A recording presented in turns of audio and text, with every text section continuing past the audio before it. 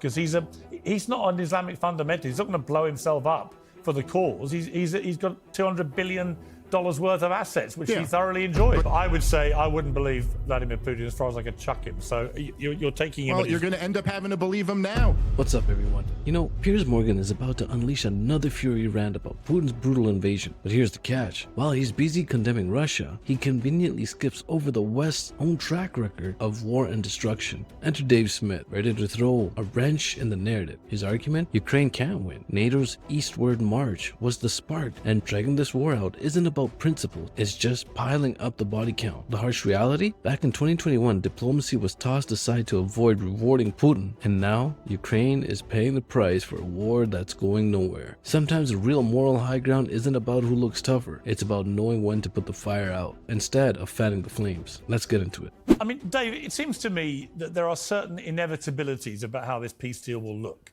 And there are inevitabilities as a result of where the battlefield has got to, which has pretty much not moved very much now for most of the last year. But it's basically been, I wouldn't say stalemate, because I think Russia has been slightly edging on the battlefield, but in such a small way, it's kind of immaterial. And that basically you're down to, well, they're going to freeze it on the current lines, I'm sure of that, or pretty much the current lines. They'll tell the Ukrainians to get out of the little bit of Russia they're in. Ukraine will be told they can't join NATO, and they'll have to sign up to that. And the issue to me that remains outstanding, unless you quibble with what I've just said, is the issue of whether Putin will allow European peacekeeping troops on the new border of the southeast of Ukraine, which Putin has taken. And I think that's going to be a big debatable issue, because he will view that probably in the same way he viewed what he perceived to be NATO encroachment in the first place. Yeah, I mean, I think that's essentially right. And I think, you've made the point on the show many times before that your brother, who has expertise in this field, has kind of weighed in. And this is from everybody with military expertise. It is basically, there's a consensus that in order to drive Russia out of the territory that they control now, it would take the 82nd Airborne. And there's just simply no political will in America to do this. And despite the talking points and the propaganda that's come out of the West about how vital this war is and how this is a battle between good and evil and democracy versus dictatorship and all of this stuff, nobody really has the political will. Nobody thinks that we're going to risk a confrontation between the two biggest nuclear powers in world history. Nobody thinks that we're going to send American boys to die to determine whether Luhansk is controlled by Kiev or Moscow. But I would say, Dave, I would pick you up on one thing there. I would say those two things can both be true at once, right? It can be true that Vladimir Putin's illegal invasion of Ukraine was a disgusting affront to all the democratic norms that Europeans have held for centuries, that he just helped himself to 20% of land that wasn't his, murdered so many people in the process. But it can also be true that we are where we are, right? And there's no one's going to risk, as you said, there's no American political will. The American people just don't want to wear years more, and they certainly don't want to wear American troops on the ground. So we are where we are. It's disgusting. Exactly. It sticks in my gullet, but we are where we are. But that doesn't mean that what Putin's done was not a disgusting assault on a sovereign democratic country. Of course not.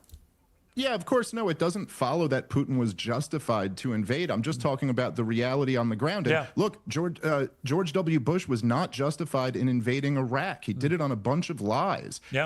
But if Vladimir Putin had decided to start funding the insurgency, and then let's say you had Russian politicians, as Dan Crenshaw, who you've had on this show, is tweeting out that, oh, the Ukraine war is great because we get to kill Russians and it doesn't cost any American lives. Imagine Russia or China was funding the insurgency in Iraq that we were fighting for over a decade there, and they were bragging about the amount of American boys that they were killing. No, it doesn't follow from that George W. Bush was justified to invade the country, but you could still look at that and be like, what are you guys doing? You're risking a wider war. You're risking a nuclear conflict. Look, the bottom line, the facts on the ground here are that we have no means by which to repel Putin. And all we really can do, you know, Julie framed it earlier as kind of like giving this to Putin, but he already has it. Yeah. All we can do is what Joe Biden did, which is continue to prolong the war, have more and more people die. And I will mention just one final time, because I know I've said this a lot on your show, but according to the head of NATO, Stoltenberg,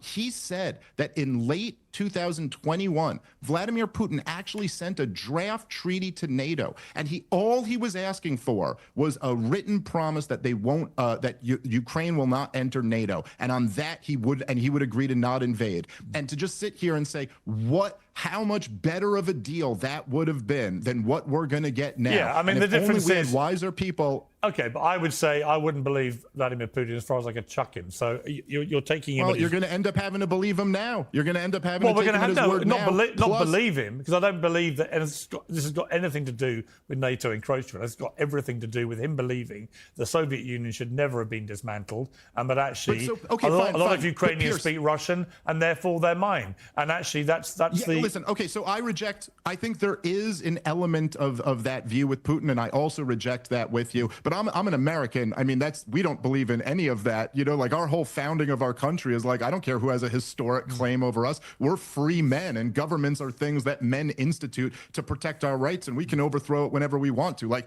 that's the Declaration of Independence in a nutshell. So I'm with you on that. But look, would you, Piers, if you had a time machine, would you go back and sign that draft treaty right now? Forget whether you trust him or not.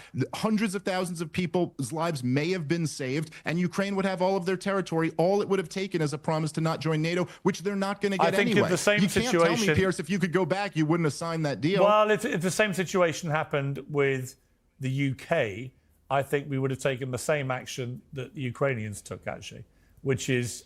But I'm not arguing that. You could fight once you're invaded. I'm not saying that you can't fight back. And I don't think I haven't heard anyone make the argument that Ukrainians didn't have a right to fight off the invasion. The question is whether it was a wise policy for the West. The irony of your question is that what Putin has done is show the world exactly why Ukraine was so desperate to be part of NATO. Because had they been part of NATO, he would never have attacked. And so it's chicken and the egg. Or Piers, perhaps, if we had not for years said we were going to bring them into NATO, while for years every Russian leader screamed from the top of their lungs, this is our red line, we will not let you do this. Perhaps if Trump in his first term hadn't foolishly poured weapons into Ukraine, something Obama, who backed the coup that overthrew the government, wasn't even willing to do, and perhaps if we hadn't been doing joint military exercises between NATO and Ukraine since the fall of that war, and there hadn't been a civil war all this time, maybe, listen, it was Bill Burns,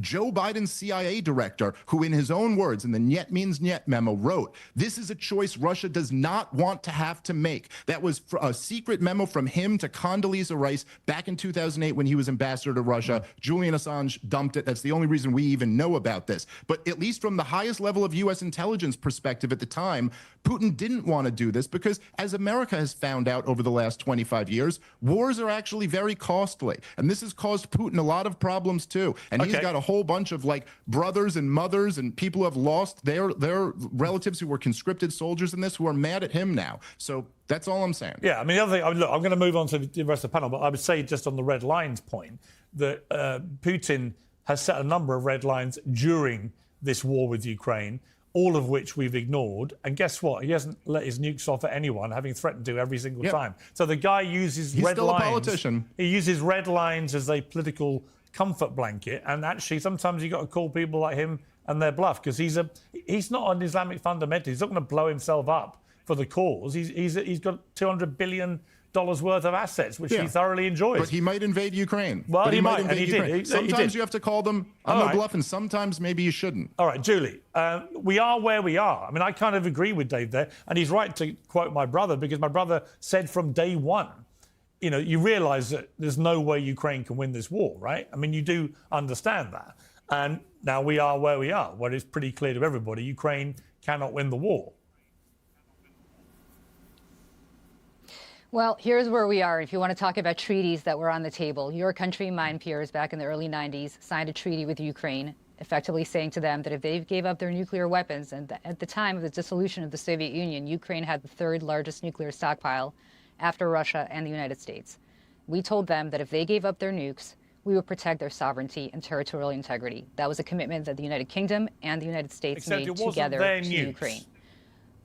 I mean, you're right. Me, it was the Soviet You're nukes right. that There were Soviet nuclear weapons sorry, on Ukraine soil. So, okay, so they're not their nukes, they're also not Russia's nukes, because those were all 15 Soviet republics, and there was a Soviet Union that was dissolved. So there was Kazakhstan.